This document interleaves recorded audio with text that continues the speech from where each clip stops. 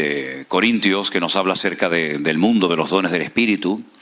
Tenemos Primera de Corintios, capítulo 15, que nos habla acerca del tema de la resurrección. Tenemos el capítulo 8 de Romanos, ¿verdad? Capítulo extraordinario. Les recomiendo a todos estos capítulos. Nos habla acerca de cómo vivir en el Espíritu, las distintas funciones y operaciones del Espíritu Santo en el creyente, ¿verdad? Y tenemos este capítulo, bueno, el capítulo 11 de Hebreo, por supuesto, el capítulo de la fe. Y tenemos este capítulo que nos habla acerca del amor. Ahora, nosotros en nuestro idioma, en el idioma común que prácticamente tenemos todos los presentes, tenemos una sola palabra para definir un concepto tan profundo y tan amplio como es el tema del amor, ¿verdad? Sin embargo, cuando estudiamos las Sagradas Escrituras, el Nuevo Testamento se escribió en un idioma tremendamente rico como fue el griego clásico, el griego koiné, y el Antiguo Testamento en el idioma hebreo. En esos idiomas hay diferentes palabras para definir exactamente a qué tipo de amor se está refiriendo el autor o la persona que está hablando en un momento puntual. Los griegos tenían varias palabras para definir el concepto, el tema del amor, y en castellano, en español, no captamos mucho la profundidad de aquella interesantísima conversación que el Señor Jesucristo mantuvo en el mar de Galilea, en el capítulo 21 del Evangelio según San Juan, donde parece algo reiterativo, ¿verdad? ¿Por qué el Señor le está preguntando 3 veces? Independientemente de que cuando se preguntaba o se decía una cosa en 3 veces era para reiterar, era para reafirmar la pregunta o la respuesta o la afirmación. Independientemente de eso, el Señor en ese texto le está preguntando a su discípulo, al apóstol Pedro, que tiene que ser restaurado, ¿verdad? Porque como bien saben ustedes, días atrás había apostatado, había negado públicamente al Señor. El Señor le está diciendo, en español leemos, Pedro, ¿tú me amas? Y Pedro dice, Señor, tú sabes que te amo. Y ese juego de palabras, esas palabras diferentes para definir el tipo de amor al que le está preguntando el Señor, no se aprecia en nuestro idioma. Pero lo que le está preguntando al Señor es, Pedro, ¿tú me agapeas? Y Pedro le responde, Señor, yo te fileo. Porque fileo, ágape, son 2 tipos de amor diferentes. El amor fileo es el amor filial, entre amigos, entre hermanos, entre conocidos, ¿verdad? Pero el amor ágape es el amor de Dios, es el amor perfecto que justamente se ha descrito en la lectura de Primera de Corintios 13 que hemos recién escuchado, ¿verdad? Entonces el Señor le está preguntando por un tipo de amor y Pedro no le responde en consonancia con la pregunta que el Señor le está haciendo. El Señor en varias ocasiones le está preguntando, Pedro, tú me agapeas, es decir, tú me amas con este amor que se ha descrito en esta tarde, tú me amas como yo te he amado, con ese amor perfecto, con ese amor que todo lo soporta, todo lo espera, todo lo cree, todo lo sufre. Tú me amas a ese nivel de amor. Y Pedro le responde que le ama, pero no a ese nivel que el Señor está demandando de él. Finalmente, cuando Pedro termina ya, por fin el hombre, de captar la profundidad de la entrevista, de las preguntas del maestro, es cuando Pedro se quebranta y le dice, Señor, tú lo sabes todo. Él había dicho, de todos los discípulos, él había dicho varias cosas interesantes y me gustaría que reflexionáramos brevemente un poco acerca de esto. Cuando uno habla de la negación de Pedro, parece como que fue algo instantáneo, algo inmediato, y no fue así. Hubo un proceso, un descenso en la vida de Pedro que lo llevó definitivamente al final a negarlo públicamente. Fíjense dónde empezó todo. En la última cena, estando en la ciudad de Jerusalén, el Señor Jesucristo lanza algo que sentó como un jarro de agua fría en la vida de todos los presentes, de los discípulos que estaban allí. El Señor Jesucristo dijo algo que les tomó por sorpresa y dijo, hay uno sentado en esta mesa, uno de vosotros me va a entregar. Ellos no eran conscientes de lo que estaba diciendo el Señor en aquel momento. Todos preguntaron, ¿seré yo, Señor? ¿Seré yo? ¿Te refieres a mí? ¿Ese alguien que te va a entregar, te estás refiriendo a mí? De una forma, digamos, indirecta. Solamente uno, que estaba también sentado en esa mesa, hizo una pregunta diferente. Él no dijo, ¿seré yo? Sino que él se acercó al Señor y le dijo, ¿quién es, Señor? Porque yo sé que yo no te voy a negar. Pero todos hicieron la misma pregunta. Era una inseguridad tan grande que tenían en sí mismos en ese momento que todos se sintieron aludidos. Todos se sintieron confrontados con la pregunta: ¿hay uno de vosotros sentado alrededor de esta mesa que me va a entregar? Pedro al rato le dijo al Señor: aunque estos te abandonen, te nieguen, te traicionen, tú no te preocupes. Tú cuenta conmigo, porque yo te seguiré a ti hasta la muerte. Primer error: menosprecio a sus hermanos. Excesiva confianza en sí mismo. Un menosprecio a lo demás. Tú no puedes contar con ninguno de ellos, pero conmigo no te preocupes, que yo voy a estar aquí al pie del cañón hasta el último momento. Primer y gravísimo error. De ahí se van cruzando el torrente de Cedrón, se meten dentro del huerto de Getsemaní.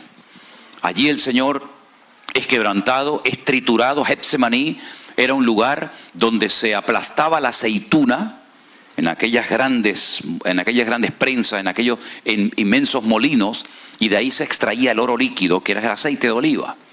Y allí el Señor es triturado y le dice a Pedro, a Jacobo y a Juan: oren por mí, vénganse a orar por mí en esta noche, vamos a orar juntos, porque hoy mi alma está triste hasta la muerte.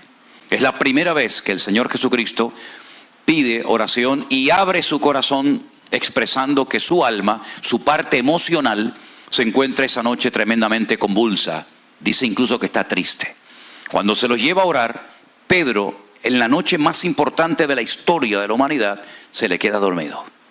Segundo gravísimo error: no es capaz de velar con el maestro una hora.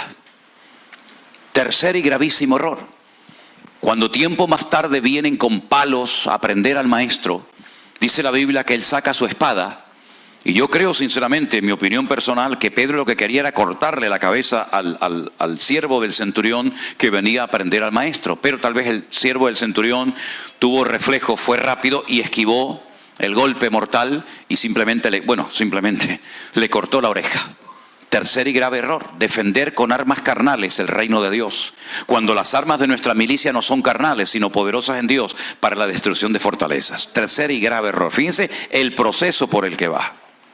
Pero hay más todavía. Cuando prenden al maestro y se lo llevan a la otra, casi a la otra punta de la ciudad, a la casa de Caifás, uno de los sumos sacerdotes de la época, dice la Biblia que Pedro le seguía de lejos. Siempre que Pedro seguía al Señor de cerca, era capaz de hacer cosas increíbles, como por ejemplo caminar por encima de las aguas. Como por ejemplo decirle: Señor, tú eres para mí el Mesías, el Hijo del Dios viviente. Pero esa noche no tuvo esa capacidad, no tuvo esa fortaleza. ¿Por qué? Porque seguía al Señor, pero de lejos. Esto me recuerda a ese pasaje del Antiguo Testamento donde dice las Sagradas Escrituras que los soldados de Saúl le seguían, pero temblando. Sin embargo, cuando David iba al campo de batalla, le seguían. Dice que las caras de ellos eran como caras de leones y corrían como gacelas. Siguió al Señor, pero de lejos. Y mientras estaban allí mofándose del maestro, dice que él se calentó con los romanos en un fuego ajeno, que te calienta por fuera, pero te enfría por dentro. Porque el mundo te calienta por fuera, pero te enfría y te distancia del Señor por dentro. Y entonces, en este proceso largo, termina negando al maestro, diciendo: yo no le conozco, yo no sé quién es. Eso es lo que es, bíblicamente hablando, un apóstata. Una persona que da marcha atrás. Una persona que conoció, que experimentó el amor de Dios, que convivió con el maestro durante 3 largos años, pero que cuando llega el momento de la verdad, no tiene el valor de confesar públicamente. ¿Y qué dice el Señor? ¿Qué había enseñado el maestro? Todo aquel que se avergonzare de mí y me negare delante de los hombres, yo también le negaré delante de mi Padre en la otra vida. Pero todo aquel que esté dispuesto a perder su vida por mí y me confiese delante de los hombres, yo le confesaré por consiguiente en la otra vida delante de mi Padre Celestial. Esa noche Pedro cometió la peor equivocación de su vida. Y dice la Biblia que cuando se cruzaron las miradas, sin palabras, lloró amargamente y salió totalmente destruido porque había negado a su maestro y a su Señor. ¿Qué les parece? Ese cruce de miradas lo quebrantó de tal manera que sin palabras Pedro entendió que no dio la talla cuando se esperaba tanto de él, porque él era el que había presumido de que con él se podía contar, con los demás no, pero con él se podía contar hasta la muerte. Y durante los 72 horas consecutivas siguientes, durante los próximos 3 días, vivió una tormenta, vivió una tortura psicológica. Porque cuando una persona conoce la verdad y niega al Señor y no vive coherente con ella, la condenación que el diablo te pone sobre tu cabeza es imposible de describir con palabras. Es una tortura tan tremenda de haber conocido al Maestro, de haberle negado, de haber dado marcha atrás, que Pablo, inspirado evidentemente por el Espíritu Santo, cuando escribe su batalla personal diciendo: hago cosas que no quiero hacer y lo que quiero hacer no lo puedo hacer, miserable de mí, ¿quién me librará de este cuerpo de muerte? Él, conociendo esa tortura en carne propia y sabiendo lo mal que lo pasa un creyente después de haber negado y traicionado al Maestro, bien por acción o por omisión, él termina diciendo: pero ninguna condenación hay para los que están en Cristo Jesús, los que no andan conforme a la carne, sino conforme al Espíritu. Porque él sabe que esa condenación te machaca, te tortura y que te lleva a la muerte y hasta pensar en el suicidio, como hizo Judas, que no soportó aquella presión y en vez de verdaderamente arrepentirse delante de Dios, se arrepintió pero delante de los hombres y al final terminó colgándose de un árbol y se esparramaron sus entrañas porque la presión era tan grande que no la pudo soportar. Yo no sé lo que hizo Pedro durante esos 3 días, si ayunó. Yo no sé lo que hizo Pedro, si se tiró de los pelos, si se rasgó las vestiduras. Yo no sé lo que hizo Pedro durante esos 3 días, pero seguramente fueron los 3 días peores de su vida. Que si pudiera borrarlos, los borraría inmediatamente, pero no podía. Cuando 72 horas más tarde el Maestro resucita y una mujer, la primera evangelista de la historia, llega a la casa donde estaban reunidos los discípulos orando, muertos de miedo, preocupados por su futuro. Y ella llega con la buena nueva y les dice: he visto al Maestro, se me ha aparecido, está vivo y ha resucitado y vengo con un mensaje. Y les dice a los discípulos, el Maestro dice que sus discípulos tienen que subir a Jerusalén y también Pedro tiene que subir. Fijaros qué interesante, el mensaje era: dile a mis discípulos, y a Pedro, es que ya no es discípulo. Usted ha dicho que no me quiere seguir, pero dile también a ese que no quiere saber nada de mí, que yo sí quiero saber algo de él. Que vayan a Galilea, que allí yo lo voy a restaurar.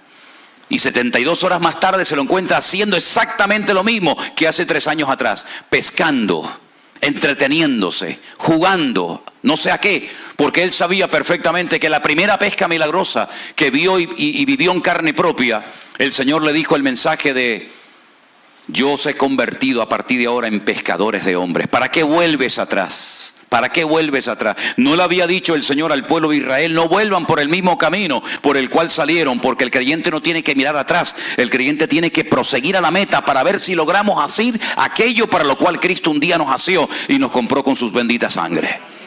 Pedro sube allí, está pescando y de repente se aparece una silueta en el mar de Galilea.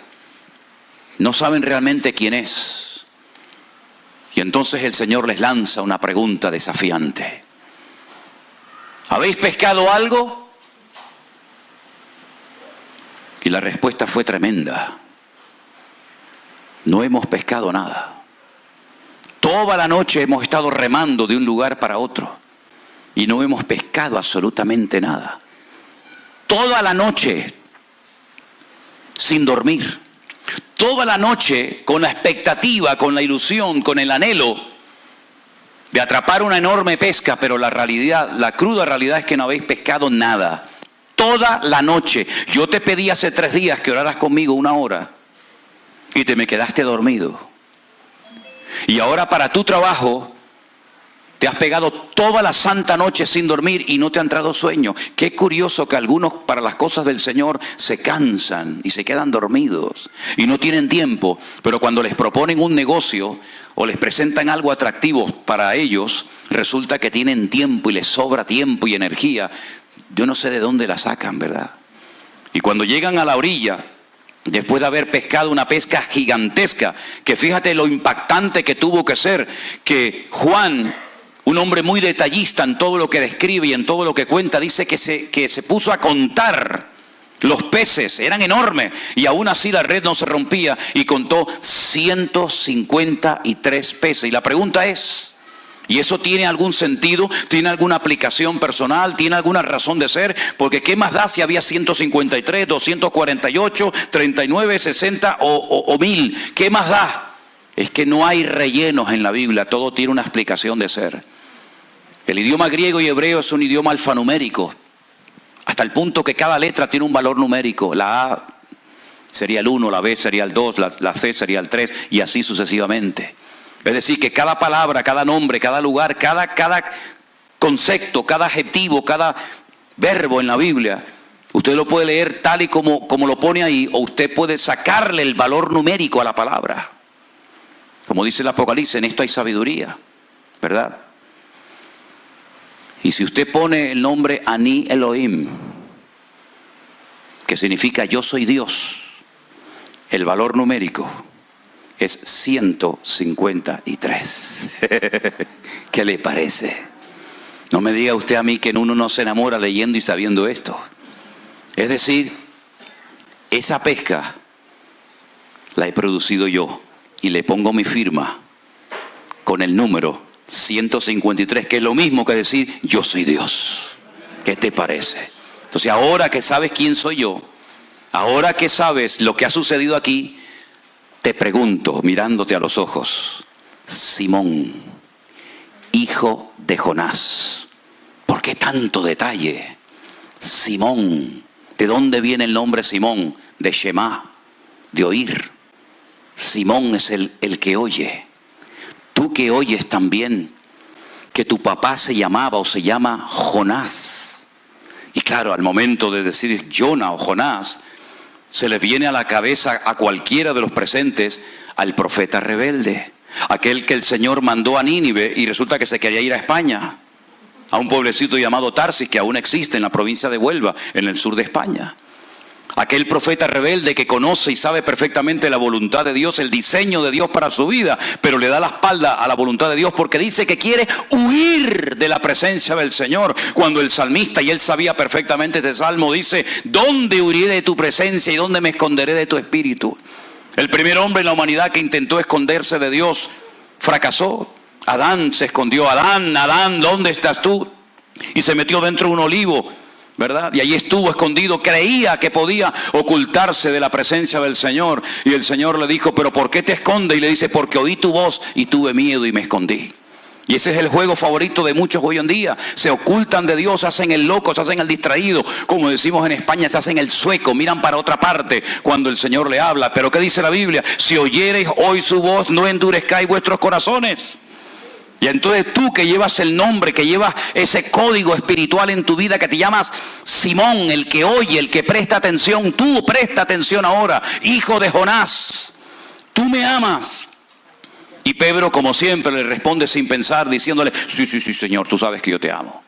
Seguro, sí, tú me amas más que esto, tú me amas más que aquello. Cuando finalmente Pedro es quebrantado y capta el mensaje y le dice, Señor, mira, tú lo sabes todo.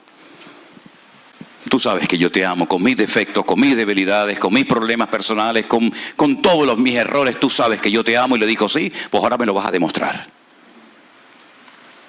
Cuando tú eras joven, tú te ceñías, ibas a donde querías. Mas cuando ya seas viejo, te llevarán a donde no quieras ir. Y extenderás tus manos. Y entonces dice el versículo siguiente, Juan capítulo 21, esto dijo el Señor dando a entender con qué muerte iba a glorificar al Señor. Y todos sabemos, según la historia secular extrabíblica, que Pedro murió en la ciudad de Roma, crucificado con la cabeza para abajo y los pies para arriba. Es decir, el amor a Dios no es un concepto abstracto, no es una emoción pasajera, no es un sentimiento que viene y va. Como dijo un poeta, los sentimientos son como la arena del mar, que cuando sopla el viento va de un lugar a otro. Hoy está aquí, mañana está allá.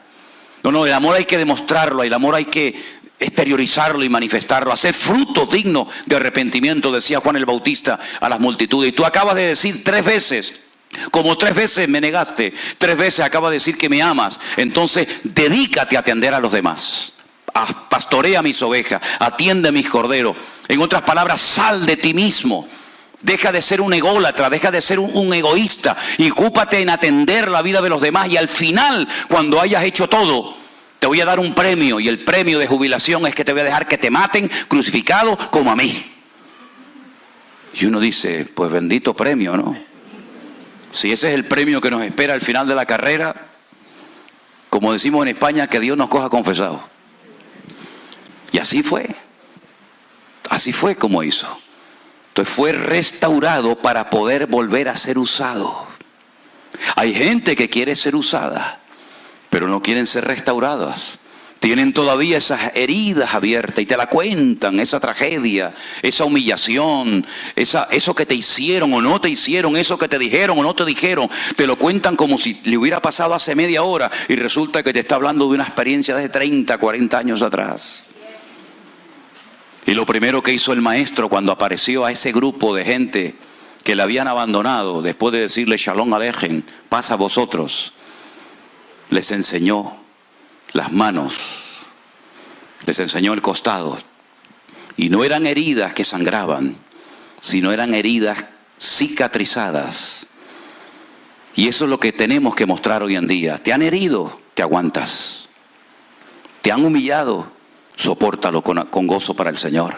Y cuando hables de tu herida, cuando hables de lo que te hicieron, de lo que esperabas y no recibiste, háblalo como una lección aprendida y como algo que el Señor permitió, porque las pruebas que Dios manda a nuestra vida son proporcionales a nuestro nivel de madurez. Y si el Señor permitió algo puntual en tu vida, en tu familia, en tu ministerio, en donde sea, es porque el Señor te estaba tratando y te estaba moldeando. Y gloria a Dios por el trato de Dios en nuestra vida, porque es la mejor manera de saber que Dios está ocupándose en mi vida y no se ha olvidado de mí. Pedro había negado al Señor y Pedro no quería saber nada con el Señor, por lo menos en aquel momento. Pero el Señor le dio una segunda oportunidad. Aprovechemos, queridos hermanos, las oportunidades que Dios nos da cada día para servirle, para honrarle y sobre todo para ser tratados por el Señor. Porque Dios tarda más en tratarnos, en moldearnos, que en usarnos. Tardó 40 años en preparar a Josué.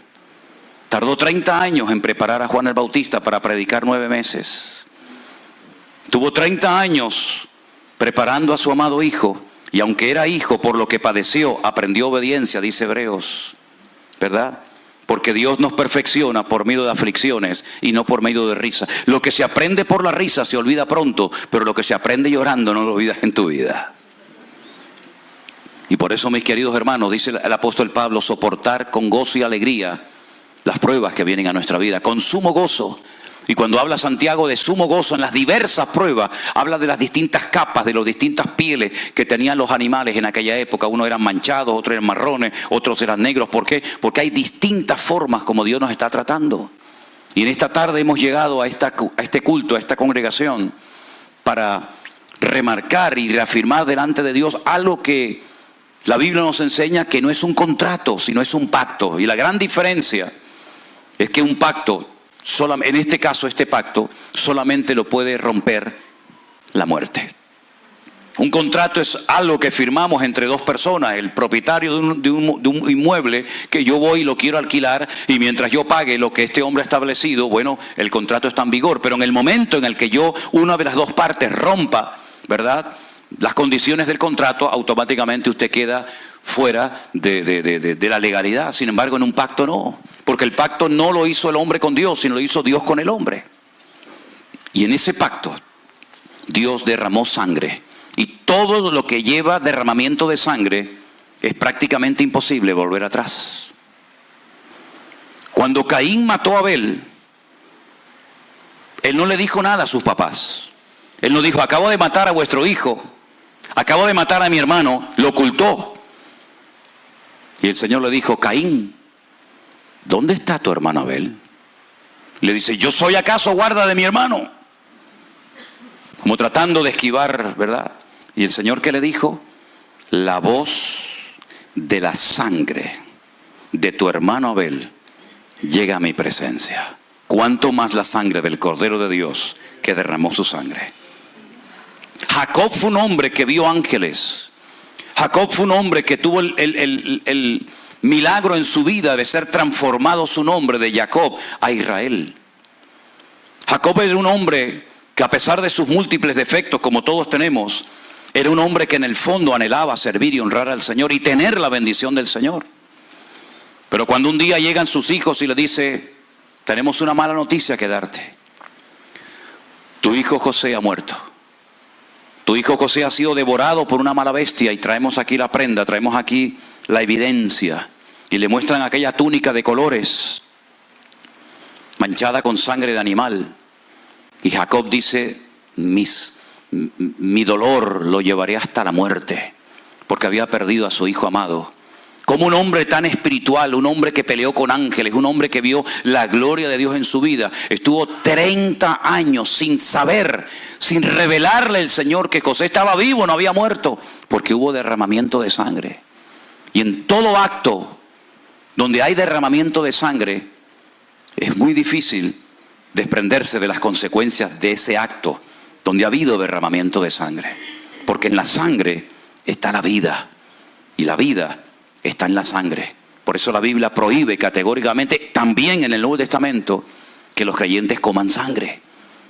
Porque es algo que habla de un poder que se escapa de nuestro raciocinio, y que tenemos que tener en cuenta de que lo que Cristo hizo por nosotros fue derramar su sangre hasta la muerte para que tú y yo pudiéramos hoy aquí vivir en victoria. Él hizo varios pactos a lo largo de la historia. Hizo un pacto con Noé, y la señal de ese pacto visible hasta el día de hoy es el arco iris. Por cierto, el arco apuntando hacia arriba, no el arco apuntando hacia abajo. Hizo un pacto con Abraham y le dijo: la forma de marcar y de sellar este pacto es que te circuncides. Y Abraham se circuncidó él mismo, y después de ahí vino todo lo que todos conocemos. Y David también hizo un pacto con Jonatán y le dijo: hagamos un intercambio de prendas. Yo a partir de hoy me voy a vestir de príncipe, y tú a partir de hoy te vas a vestir de pastor. Dame tus armas, yo te doy las mías.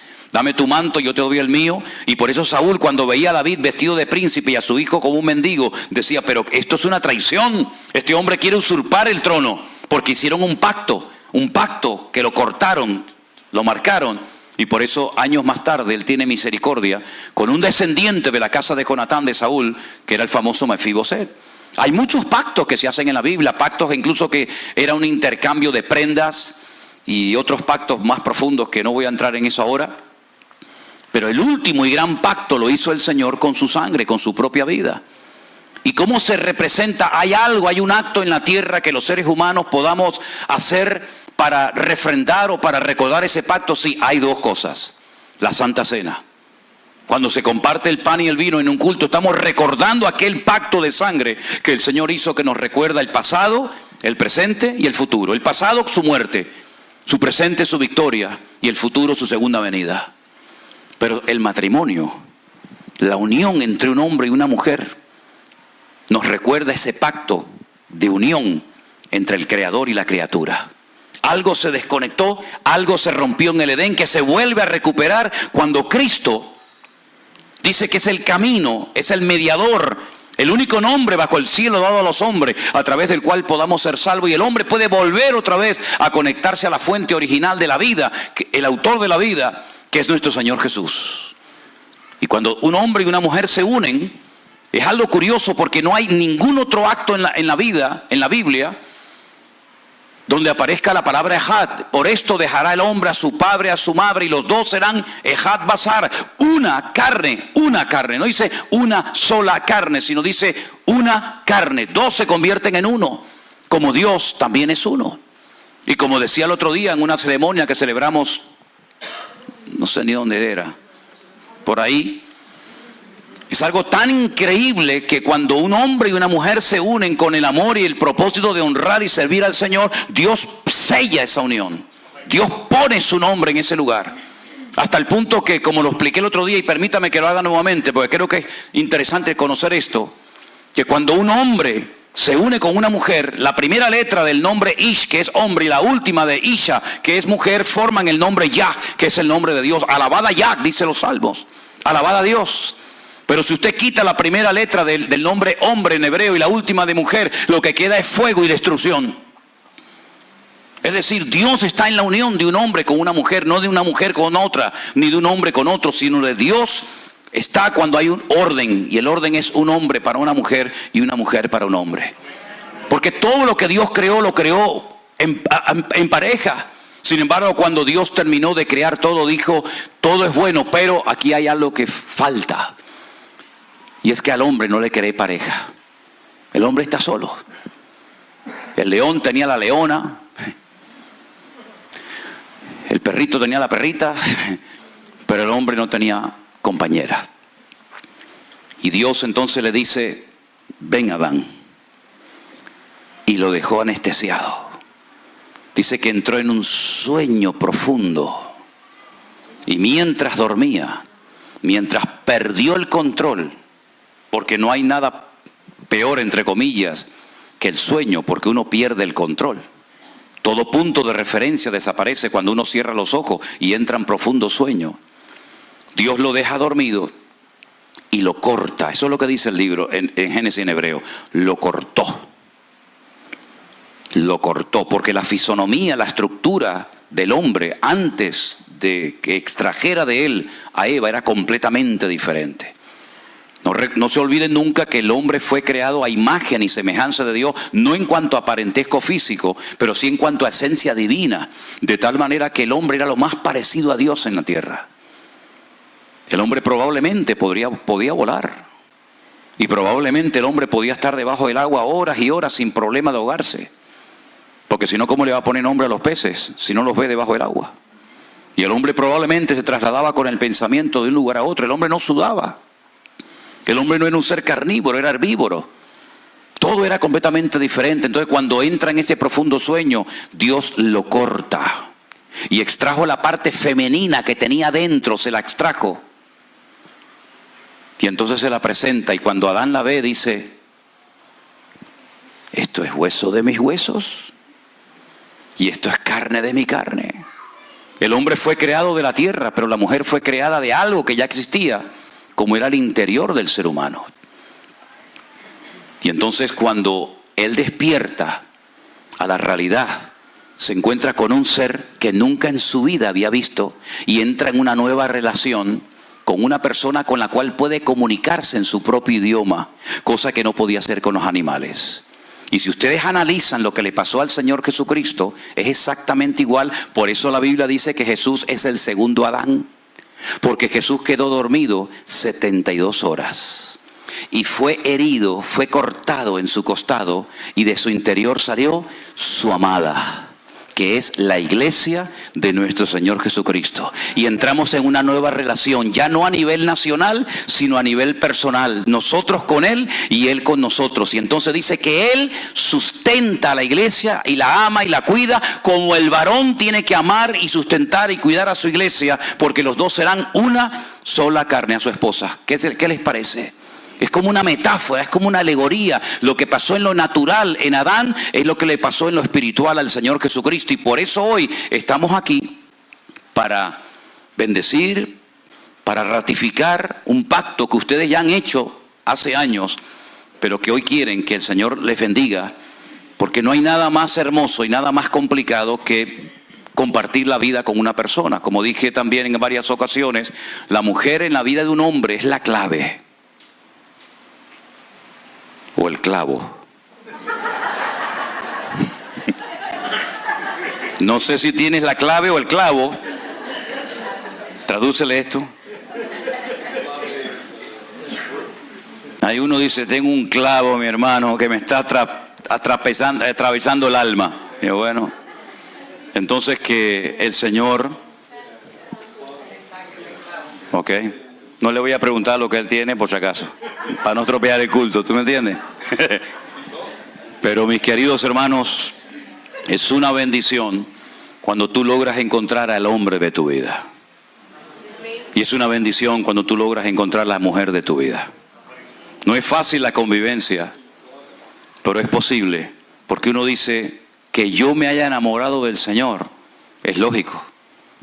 ¿Quién no se va a enamorar del Señor una vez que no conoce? Si en Él todo es maravilloso y en Él todo es perfección. Cuando estoy enfermo me sana, cuando estoy caído me levanta, me acompaña siempre, no me traiciona, no me cambia por otro. ¿Quién no se va a enamorar de un Dios así? Pero que Dios haya enamorado de nosotros es algo que yo no logro entender, por mucho que le dé vueltas a la cabeza. Nosotros le traicionamos, prometemos algo, no lo cumplimos, nos enfadamos por cualquier cosa, pataleamos como los niños caprichosos, ¿verdad? Que Él se haya enamorado de nosotros, eso es algo tremendo. Pero hemos cantado esta tarde que el amor de Dios es profundo, es sobrenatural. Y solamente cuando tenemos comunión con Él podemos entender cuánto amor tuvo el Señor por nosotros. Yo quiero terminar en esta tarde, antes de orar por ustedes y hacer esta ceremonia. Permítame decirles que en el matrimonio no todo serán risas y fiestas y alegrías y cosas, sino que a veces vendrán luchas y pruebas y dificultades. ¿Cómo no? Uno de los libros que se lee menos hoy en día en la iglesia es el libro del Cantar de los Cantares, el Shir Hashirim.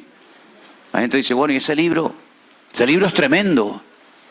Uno de los capítulos cuenta la tragedia del amado que viene a altas horas de la madrugada y toca la puerta de la amada para tener comunión con ella. Y ella reconoce su voz, ella oye su voz, pero le dice, le presenta, fíjate qué argumento: me acabo de lavar los pies, los suelos eran de tierra, generalmente en aquella época. Dice, yo levantarme ahora con lo cómoda, con la calentita. Yo no sé aquí en Florida, pero en España cuando hace frío, yo le digo a Elena, ¿no tienes ganas de ir a dormir? Dice, no, digo, vete ya que es tarde, que es tarde. Tú no vienes, digo, no, yo me quedo un ratito más, tú vete para allá. Pero en el fondo lo que quiero es que vaya calentando la cama. Porque cuando uno se entra en la cama, uy, eso está frío como un témpano, papá. Pero entonces yo me arrimo a ella y ya está calentito. ¿Verdad? Entonces ya ella estaba calentita, estaba limpia, estaba a gusto, estaba cómoda, y de repente vienen y le tocan a las 3 de la mañana en la puerta y ella dice que reconoce la voz de su amado, pero el amado dice, ábreme, amada mía. Pero ella dice, no te voy a abrir la puerta, porque el esfuerzo no merece la pena. Y entonces él coge y se va, se marcha. Pero ella se percata cual hijo pródigo, devuelve en sí y dice, uy, ¿qué acabo de hacer? Le acabo de cerrar la puerta a mi amado. Y entonces va a la puerta y cuando abre la puerta dice, wow, aquí huele al aroma de mi amado. Sí, pero con el aroma no se vive, mijo. Y entonces dice que ella enferma de amor, se vuelve loca, se desespera, enferma de amor, y sale por las calles de Jerusalén gritando, ¿habéis visto a mi amado? ¿Lo habéis visto? Y le dicen, ¿tu amado? ¿Y quién es tu amado? ¿Cómo es tu amado? ¿De quién nos habla? Dice, mi amado es señalado entre 10.000, y lo describe desde la cabeza hasta la planta de los pies, sus labios, sus muslos, todo lo describe, lo conoce perfectamente, pero le cerró la puerta. Entonces, ¿de qué sirve que conozcas? ¿De qué sirve que oigas si luego no vives y practicas? Entonces ella sale por la ciudad enferma de amor, la humillan, la apalean hasta que vuelve a encontrar a su amado. Y entonces dicen, ponme como una marca sobre tu corazón, como una marca, ¿verdad? Como un tatuaje, porque fuerte como la muerte es el amor. ¿Quién podrá pagarlo? Se hablan de los hijos que a veces vienen con problemas y dicen, tenemos a una niña que no tiene pechos. Es decir, no ha madurado, no ha desarrollado físicamente como tenía que haberlo hecho a estas alturas de la vida, como otras niñas. ¿Y qué haremos cuando nos hablen de ella y nos pregunten, ¿qué pasó con esto? Dice, no pasa nada. Construiremos una torre de marfil alrededor de ella y la cubriremos con plata para que nadie se avergüence, para que nadie humille, sino que la vamos a cubrir con amor, porque el amor es el poder más fuerte que existe en el universo. Por amor Dios perdona, por amor Dios olvida, por amor Dios toca al leproso, por amor Dios atiende al huérfano, al extranjero y a la viuda. Por amor Él camina descalzo por la tierra y duerme y dice, no tengo ni dónde recostar mi cabeza. Por amor deja la gloria, serafines, querubines, el trono, lo que haga falta. Y viene a este mundo vestido de hombre y habita entre nosotros y vemos su gloria. Y ese es el amor que Dios quiere derramar en nuestros corazones. Ese es el amor que tiene que haber siempre en la iglesia. Si no tenemos micrófono no pasa nada, pastor. Predicamos sin micrófono. Si tenemos que reunirnos debajo de un árbol no pasa nada. Pero que nunca falte el amor entre los hermanos. Porque si perdemos el amor, es como aquella que oyó la voz y le cerró la puerta.